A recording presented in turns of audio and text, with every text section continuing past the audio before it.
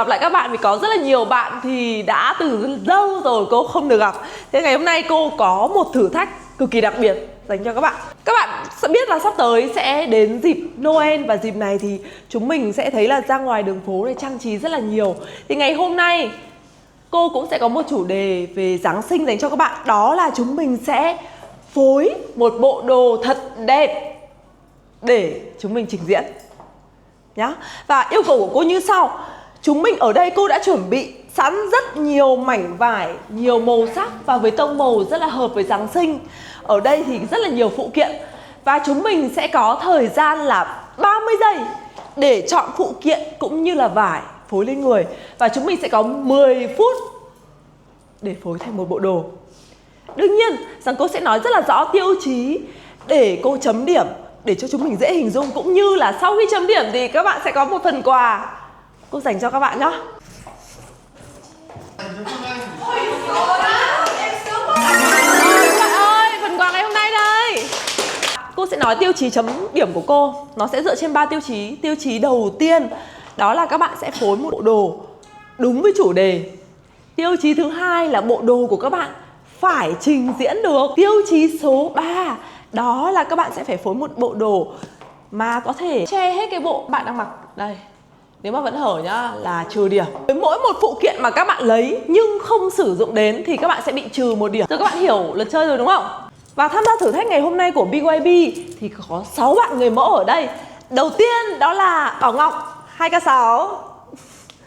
Tiếp theo đó là Bảo Châu 2012. Và mình tin rằng Bảo Châu sẽ phối đồ rất là đẹp, tại vì Bảo Châu rất là có gu, cô tin con. Tiếp theo là Ngọc Minh 2012. Và bạn ý ngày hôm nay buổi sáng bạn ý vừa mới cùng chúng mình chụp một cái concept siêu đặc biệt. Các bạn cùng chờ đón nhé. Tiếp theo đó Thu Phương 2011. Và Thu Phương là một bạn mà rất là lâu rồi không gặp. Bạn ý bảo là sau cái chuyên đề lần này thì 5 tháng nữa cô không được gặp con. Tiếp theo đấy là Phương Anh sinh năm 2009. Nước mắt dạ khóc. Cuối cùng đó là Hải Ngân 2012. Và sáng nay Hải Ngân cũng tham gia concept cùng với cả các bạn. Các bạn ơi, và bây giờ chúng mình sẽ bắt đầu vào thử thách nhá. 3, 2, 1 bắt đầu. Ôi, nhanh thế, nhanh. Ôi, chân dài quá. Ôi, chị làm gì đấy? Trời ơi. Sao? Cố để lấy cái mảnh vải. Ô, cô dạy con đấy. Thôi đừng lên đây con. Trời ơi, tưởng tượng sẽ ngã rồi. Em con tưởng tượng là sẽ ngã mà con ngã thật. Sao con vẫn cố để lấy được mảnh vải? Em sợ thế. Ôi nhanh lên Minh ơi.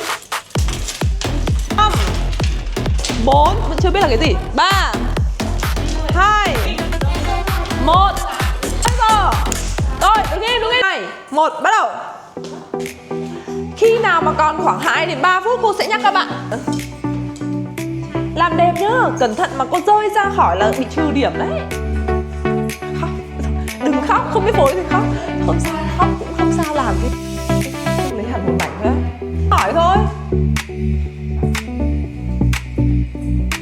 Ôi, đeo phụ kiện trước để sợ bị trừ điểm đấy mà. Cố lên các bạn ơi, còn 5 phút nữa nhá. Nhờ trừ điểm gì đấy, nhớ đi. Cái đồ cho búp bê không?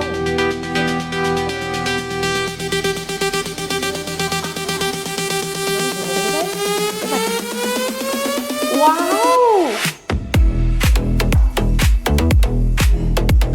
Rất đơn giản, rất nhẹ nhàng là xong.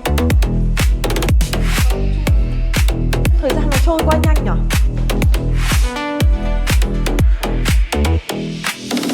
Phút nữa là hết giờ nhá, các bạn cố lên. Nhớ bạn bên cạnh.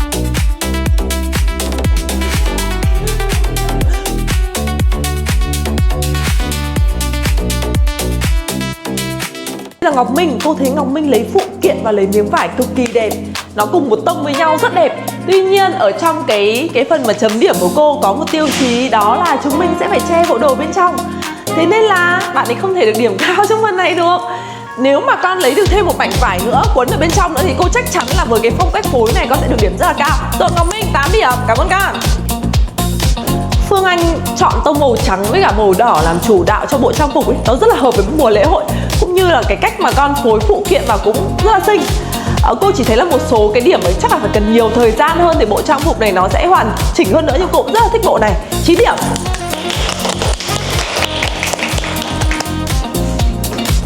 Đấy, áp lực.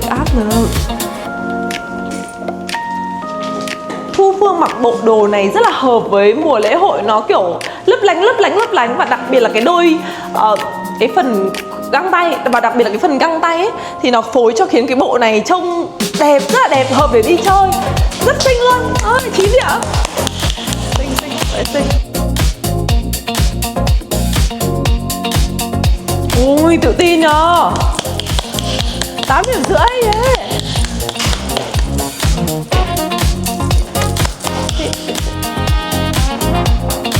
Hải Ngân, cô thấy là cái phần phối này nó khá là xinh, tại vì 3 cái miếng vải con lấy là 3 miếng siêu khó. Miếng thì bé quá, miếng thì to quá, và màu nó cô cảm giác nó không ăn dơ với nhau ấy. Nhưng khi mà con phối lên cô lại thấy rất là đẹp. Điểm cộng là việc phối vải. Còn phụ kiện thì cô lại thấy bây giờ hiện đang cũng không ăn khớp với nhau nha, nên cô sẽ cho con 9 điểm. Lúc đầu cô không nghĩ rằng Bảo Ngọc sẽ phối được một bộ đồ hoàn thiện, tại vì bạn ý rất là chill, bạn ý đeo khuyên tai trước này, xong cứ đứng bình thường, xong đến lúc mình quay ra 1-2 phút sau thấy đã phối được một bộ váy ngắn rất xinh. 9 điểm rưỡi. Trời ơi, xịn quá nhờ, xịn thế. Đây cô nghĩ sẽ là phần hấp dẫn nhất của thử thách, đó là phần nhận quà. Và đương nhiên rằng là cô muốn nó sẽ kịch tính hơn, đó là mình sẽ bốc. Rồi, với bạn điểm số cao nhất là Bảo Ngọc 9 điểm rưỡi, cô mời con lên bốc chưa? Yeah. Rồi, và có 3 bạn điểm bằng nhau, đó 9 điểm, đó là Phương Anh, Thu Phương và Hải Ngân.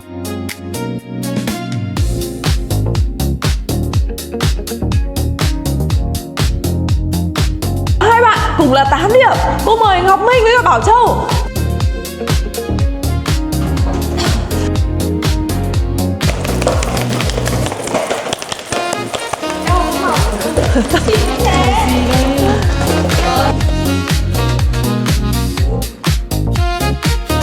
Tao nhiều rồi.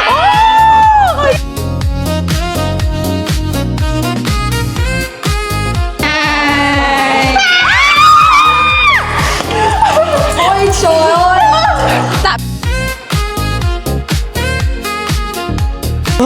Bình thường. Xanh nhở? Xinh nhở? Chắc chắn luôn. Xinh nhở? Ôi, máu xinh đấy.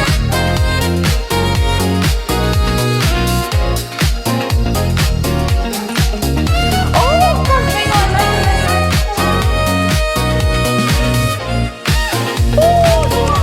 Xinh nhở em, nó quá chà. Và các bạn ơi, bây giờ thì cô sẽ xin phép sửa một xíu lại đồ này cho các bạn, để thứ nhất là nó không bị hở quá, thứ hai nó sẽ phù hợp với cả concept ngày hôm nay hơn nhá. Ở trên. Đúng rồi. Tại vì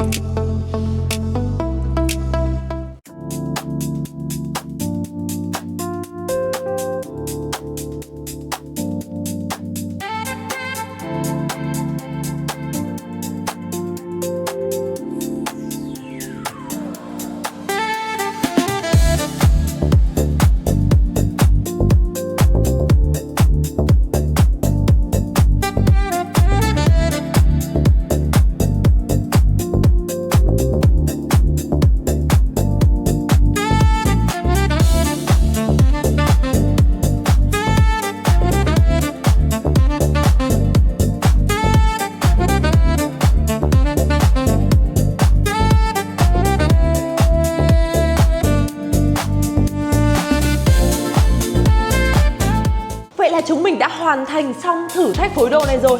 Và các bạn thấy thử thách này của chúng mình thế nào? Hãy comment ở dưới cho chúng mình biết nhé.